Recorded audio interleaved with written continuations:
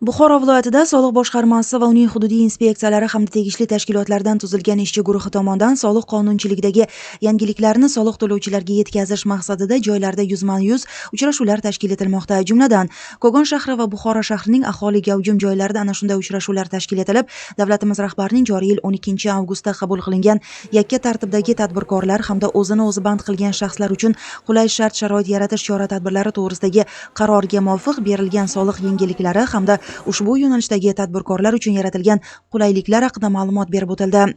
Ta'kidlanishicha, qarorga muvofiq yakka tartibdagi tadbirkorlar hamda o'zini o'zi band qilgan jismoniy shaxslarni davlat ro'yxatidan o'tkazishdan tortib, hisobotni topshirishgacha bo'lgan barcha asosiy xizmatlarni birlashtiruvchi xolis Paynet deb nomlangan integratsiyalashgan raqamli platforma yaratildi.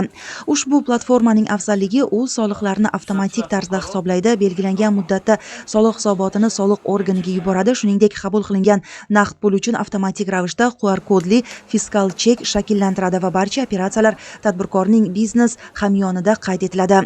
Endilikda nazorat kassa va to'lov terminali hamda buxgalteriya kerak bo'lmaydi. Negaki ushbu platforma soliqlarni avtomatik tarzda hisoblaydi, belgilangan muddatda soliq hisobotlarini soliq organiga yuboradi. Qabul qilingan naqd pul uchun avtomatik ravishda QR kodli fiskal chek shakllantiradi va barcha operatsiyalarni biznes hamyonda qayd qilib boradi.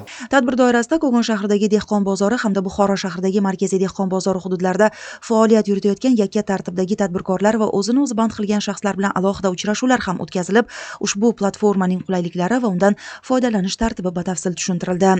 E'tiborlisi, yakka tartibdagi tadbirkor va o'zini o'zi band qilgan fuqarolar hech qanday qurilma sotib olmasdan bularning barchasini o'z smartfoni orqali amalga oshiradi.